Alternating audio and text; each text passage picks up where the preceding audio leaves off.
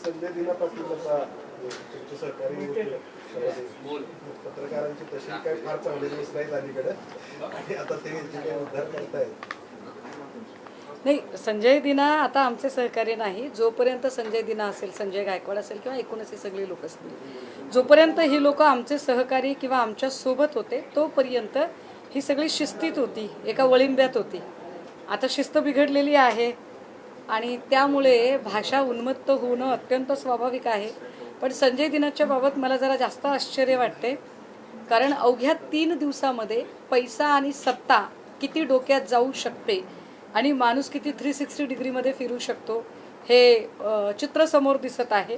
ज्या पद्धतीची अत्यंत अर्वाच्य भाषा आणि धमक्या त्यांनी पत्रकारांना दिल्या, याची उत्तरं मला वाटते सगळ्यात जास्त जर उत्तरं कोणाकडून घ्यायची असतील तर ती देवेंद्रजींकडून घेतली पाहिजे. त्याचं कारण असं आहे की संजय दिना आज बोलताना असं म्हणाले की कुठल्या कमिशनरकडे जायचंय तिथे जा, कुणाकडे जायचंय ते जा. म्हणजे संजय दिना इतके भारी झालेले आहेत की ते कमिशनरला सुद्धा जुमानत नाहीत. कमिशनर, IPS अधिकारी ज्या खात्यामध्ये काम करतायत ते गृह खातं, त्या खात्याचे त्या सगळ्या अधिकाऱ्यांचे पालक हे गृहमंत्री देवेंद्रजी आहेत. देवेंद्रजींच्या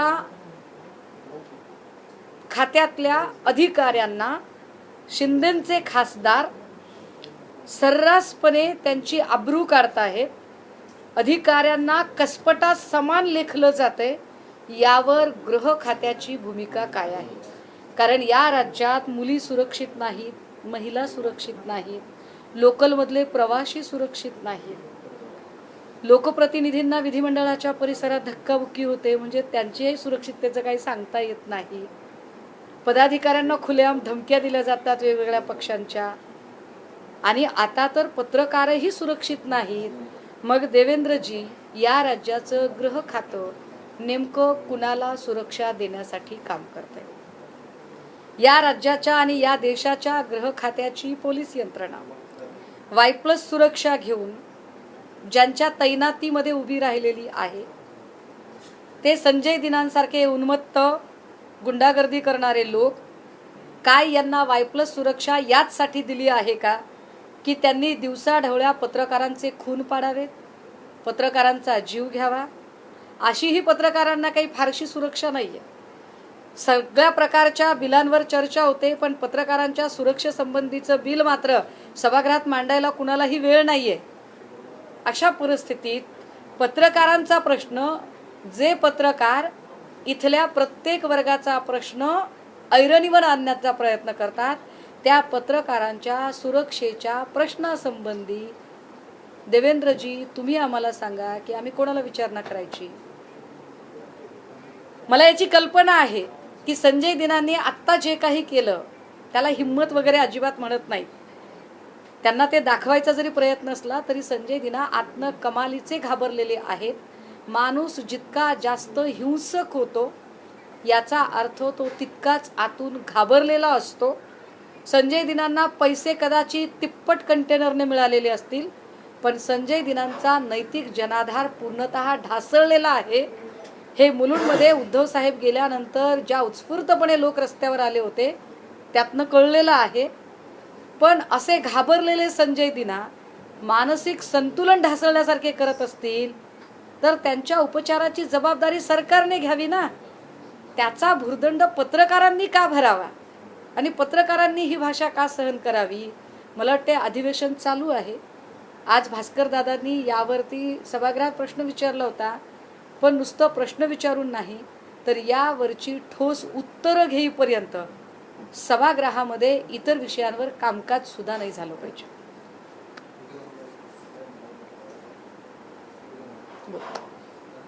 संजय दिना पाटलांचं हे जे काही पत्रकारांबद्दल बोलणं आहे तर ते तर झालंच, पण गेल्या काही दिवसांपासून ते जे बोलतायत खास करून हिंसक जे वक्तव्य आहेत त्यांची की आम्ही 5 जणांना आधी मारले वगैरे, तर कसं बघता तुम्ही? नाही, याचा अर्थ गृह खात्याचा कसलाच वचकच नाहीये. देवेंद्रजींकडून गृह खातं ते किती वेळा अपयशी गृहमंत्री आहेत यावर इतक्या वेळा ती अंडरलाईन होते ना की आता तर कायदे मंडळाच्या सभागृहाचे सदस्य असणारी व्यक्ती उघडपणे सांगते की मी 5 लोकांना मारले.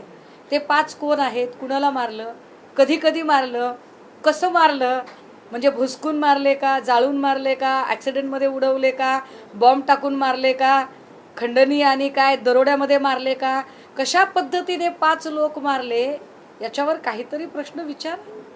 आणि जर ते विचारले जात नसतील आणि हे सगळं म्हणजे जेव्हा जेव्हा माणूस शिंदेंकडे जातो तेव्हा तेव्हा तो त्याचा नैतिकता त्याचा विवेक हरवून बसतो. परंतु त्याचा भुर्दंड जर सामान्य जनतेला बसत असेल आणि लोकांमध्ये दहशत निर्माण करण्याचा प्रयत्न केला जात असेल तर याला सरकार म्हणून त्यांनी काय उत्तरं द्यावी हा आमचा पुन्हा पुन्हा प्रश्न आहे. कारण आमच्याकडे असताना तरी निश्चितपणे ही अशी भाषा नव्हती. कदाचित ते एक बुरखा पांघरून होते का आणि हाच त्यांचा नेमका खरा चेहरा आहे हाही आता प्रश्न निर्माण होतो. नाशिकमध्ये शेतकऱ्यांचा प्रश्न होता, व्यापारी संपूर्ण उभारणीसाठी निधी दिला होता, मात्र तो लक्षवेधी प्रश्न उपस्थित केला होता. मात्र त्याला जयकुमार गोरे असतील आणि उदय सामंत यांनी प्रश्न तो झटकला असा आरोप अनिल परबांनी केला. काय आहे एक अजस्त्र बहुमत. शेतकऱ्यांबद्दल गांभीर्य नाही असं नाही, शेतकऱ्यांबद्दल नाही, यांना कोणाबद्दलच गांभीर्य नाही आणि आमचं कोण काय करू शकणार आहे अशी एक भूमिका या सगळ्या लोकांची आहे. कारण एक अजस्त्र बहुमत हाताशी आल्यावर आम्हाला कोणाशीच कसलीच घेणं देणं नाही, आम्ही कोणालाच उत्तरदायी नाही, हा एक उन्मत्तपणा यांच्या ठायी येत आहे. आणि म्हणून मी म्हटलं की एकदा जर डिलिमिटेशन बिल झालं तर शिंदेंनी ज्या अमित शहांच्या पंतप्रधान पदाच्या खुर्चीसाठी हे सगळे लोक फोडाफोडी केली आहे त्या शिंदेंना आणि त्यांच्या संजय दिनासारख्या लोकांना सुद्धा पुन्हा भाजप हिंग लावून विचारणार नाही. आणि संजय दिनांसारखे लोक आज वाय+ सुरक्षेच्या जीवावर किती उड्या मारत असले तरी नंतरच्या काळात त्यांचं पोतेरं झाल्यापासून राहणार. सत्तेत गेल्यामुळे खरं तर हा सगळा माज म्हणायला लागेल किंवा त्यांना ह्याचं सगळं ते आले का असं वाटतं. बघा, पत्रकारांकडून हा माज हा शब्द येणं ही एक मोठी गोष्ट आहे. हे फार विशेष आहे की काय प्रतिमा झालेली आहे या लोकप्रतिनिधींची की पत्रकारांना सुद्धा वाटतं की या लोकांना माज आलेला आहे. हा माज सत्तेचा आहे, हा माज पैशाचा आहे, हा माज एका अर्थाने देशातली केंद्रीय गृहमंत्र्यांची ताकद त्यांच्या सरपरस्तीमध्ये आम्ही आहोत त्यामुळे आम्हाला आता कोणीच काही करू शकत नाही. हा एक काय म्हणतात त्याला की आम्हाला आता कुणाचाही कसलंही बंधन राहिलेलं नाही अशा पद्धतीने ही मोकाट सुटलेली माणसं आहेत. उद्यापासून उद्धव ठाकरेंचा दौरा सुरू होतो. ज्या ज्या भागामध्ये आमदार खासदार फुटले विशेष करून त्या ठिकाणी दौरा घेतात. हो, उद्यापासूनचा हा दौरा आहे. यवतमाळ, वाशिम, हिंगोली, त्यानंतर धाराशिव या भागातला ते दौरा करणार आहेत आणि त्यानंतरचा एक वेगळा दौरा त्यांचा शिर्डीला होणार आहे.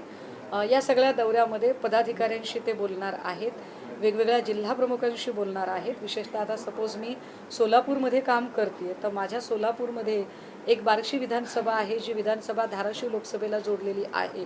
त्यामुळे आज माझ्याकडे सोलापूर जिल्ह्याचे सगळे पदाधिकारी आलेले आहेत आणि या सगळ्या पदाधिकाऱ्यांशी बोलणं, त्यांच्या नेमक्या भूमिका, त्यांचा मानस काय आहे समजून घेणं, ही सगळी प्रक्रिया आता वेगाने चालू होत आहे.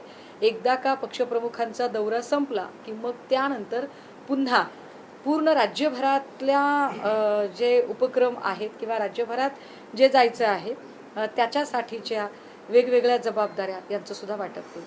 आमदार सिद्धार्थ कराडांनी एक पोस्ट केली, हमें याद रखना, नक्की ही पोस्ट कोणासाठी केली, काय सुचवायचं? मी ही काही पोस्ट खरंच बघितलेली नाही. सकाळपासून या सगळ्या कामामध्ये मी एवढे व्यस्त होते त्यामुळे मी नाही बघितली ही पोस्ट. त्यामुळे मी हे कसं काय सांगू शकते की ते कोणाला उद्देशून बोलले. पुण्यातील नसरापूर प्रकरणाचा निकाल होता, खरं त्याच्यात 29वा निकाल होता, मात्र मृत्यूदंड किंवा जन्मठेपाशी 2 शिक्षा होऊ शकते. त्याला कसं बघताय सगळ्या घटनेकडे, कारण त्यानंतर बऱ्याचशा आंदोलन मोर्चाने निषेध व्यक्त होत होता. माझ्या माहितीप्रमाणे 29 पर्यंत निकाल काहीतरी राखून ठेवलेला आहे. मात्र आत्तापर्यंतचे जे एकूण युक्तिवाद कोर्टामध्ये सादर झालेले आहेत आणि उभय पक्षांच्या जे काही मांडणी झालेली आहे, विशेषतः आरोपीच्या विरोधातले जे साक्षीदार पुरावे सगळे तपासलेले आहेत, त्यानंतर एका आरोपाच्यासाठी जन्मठेप आणि एका दुसऱ्या आरोपाच्यासाठी दुसऱ्या गुन्ह्याच्यासाठीची फाशीची शिक्षा, इतक्या तरतुदीपर्यंतची कार्यवाही आत्तापर्यंत झालेली आहे. न्यायालयाची एकूण ही तत्परता आणि सक्रियता, गतिशीलता याचं मी निश्चित स्वागत करते. पण माझी एक अपेक्षा अशी आहे की ज्या वेगाने नसरापूरच्या घटनेतला हा निकाल लागत आहे नसरापूरच्या आधी साधारण वर्षभर आधी सासपडे गावातली घटना घडली, जिथे 8 वर्षाच्या मुलीला अशाच पद्धतीने अत्याचार करून तिचा खून करण्यात आला. याही प्रकरणातला आरोपी हा जामिनावर सुटलेला आरोपी होता. सभागृहामध्ये ही चर्चा झालेली होती की अशा पद्धतीने जे जामिनावरचे जे आरोपी आहेत किंवा एका भयंकर गुन्ह्यातले आरोपी आहेत त्यांच्या जामिनाचा पुनर्विचार झाला पाहिजे आणि अशा लोकांचे पॅरोल तात्काळ रद्द झालेले पाहिजेत. आमची न्यायालयाला आणि सरकारला विनंती आहे की जी तत्परता नसरापूर प्रकरणामध्ये सरकार पक्षाच्या वकिलांनी किंवा एकूण सरकारने दाखवली, तीच तत्परता ही सासपडेच्या घटनेसंबंधात सुद्धा दाखवली गेली पाहिजे. अशीच तत्परता लाखनीसाठी असली पाहिजे. किंबहुना सोनपेठमध्ये जे घडलं किंवा गंगापूर पैठणमध्ये जे घडलं, कारण सबंध महाराष्ट्रात मागच्या वर्षभरात जवळपास 20 ते 21 मुलींच्या बाबत ही घटना घडलेली आहे. त्या सगळ्याच निकाल अजून तसेच आहेत, प्रलंबित आहेत, तर त्यांच्यासाठीची सुद्धा न्यायाची तत्परता दाखवली गेली पाहिजे. संजय जाधव यांच्याशी जेव्हा आम्ही बोललो परभणीमध्ये, त्यावेळेस ते म्हणाले की काही आमदार देखील संपर्कात आहेत आणि जे बंडखोर खासदार आहेत त्यांच्याच मतदारसंघातले आमदार आमच्या पाठीशी आहेत, असं त्यांनी सांगितलं. यात कितपत तथ्य आहे? माणूस एखादा डाव जिंकला की पुढच्या डावाला जिंकण्यासाठीची काय म्हणता येईल एक आत्मविश्वास त्याचा वाढत जातो. त्यामुळे ज्या पद्धतीने सगळ्या एजन्सीजनी या लोकांना मदत केलेली आहे, त्यानंतर यांचा आत्मविश्वास दुणावलेला आहे. दुणावलेल्या आत्मविश्वासाच्या जोरावर आपण अजून काही आमदार फोडू शकतो, यासाठीची त्यांची मांडणी चालू आहे. खरेच असे लोक त्यांच्या संपर्कात आहेत का की त्यांच्या वल्गना आहेत, यावर मला आत्ता बोलता येणार नाही, कारण मी काही बागेश्वर बाबाच्या आश्रमातली भक्त वगैरे नाही. मला काही त्याच्यातली माहिती नाही. मी सध्या एवढं नक्की सांगू शकते की ज्याची त्याची ती नैतिकता असेल. आत्ता आम्ही लढतोय, आम्ही मैदानात आहोत आणि ताकदीनं लढतोय, लढत राहणार. पण डॅमेज कंट्रोलसाठी उद्धव ठाकरे सभा घेत आहेत असं त्यातून असा अर्थ काढायचा? नाही, याला डॅमेज कंट्रोल वगैरे असं नाही म्हणता येणार. हे फार स्वाभाविक आहे. कारण काय झालं होतं की 15 तारखेला आदित्यजींचा वाढदिवस झाला, त्यानंतर 17-18 तारखेला या सगळ्या गोष्टी एक्सपोज झाल्या. पण 16 तारखेला यातल्या काही लोकांनी आत्ताचे जे असणारे जे आमचे पदाधिकारी आहेत, काही जिल्हा प्रमुख आहेत, त्यांना संपर्क करण्याचा प्रयत्न केला. सुदैवाने या प्रत्येक जिल्हा प्रमुखाने ठामपणे उत्तरं दिली की आम्ही आपल्यासोबत नाही आहोत. आणि तसं जिल्हा प्रमुखांनी वाईस वर्सा रिपोर्टिंग शीर्ष नेतृत्वाकडे केलेलं आहे, माझ्याकडे केलेलं आहे, राऊत साहेबांकडे केलेलं आहे. त्यामुळे त्या सगळ्या पदाधिकाऱ्यांचा नेमका मानस समजून घेतला पाहिजे, त्यांच्याशी बोललं पाहिजे, त्यांच्या काही अडचणी असेल तर त्या समजून घेतल्या पाहिजेत. या सगळ्या संदर्भाने तो दौरा आहे. तुमच्या पक्षाचे आमदार अंबादास दानवे यांनी जिल्हा बँकेच्या निवडणुकीमध्ये महायुतीच्या पॅनलमधून निवडणुकीचा निर्णय घेतला.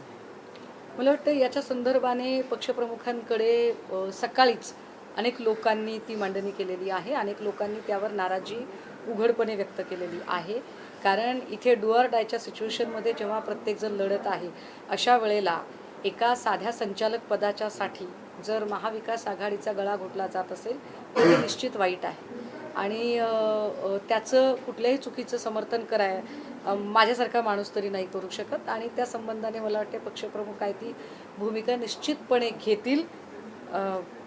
मला वाटते या महाविकास आघाडीमध्ये आमदार कल्याण काळेजी आहेत आणि आमदार कल्याण काळेजी यांनी बहुतेक सकाळी पक्षप्रमुखांकडे त्यांची या संबंधाने असणारी नाराजी मांडलेली आहे.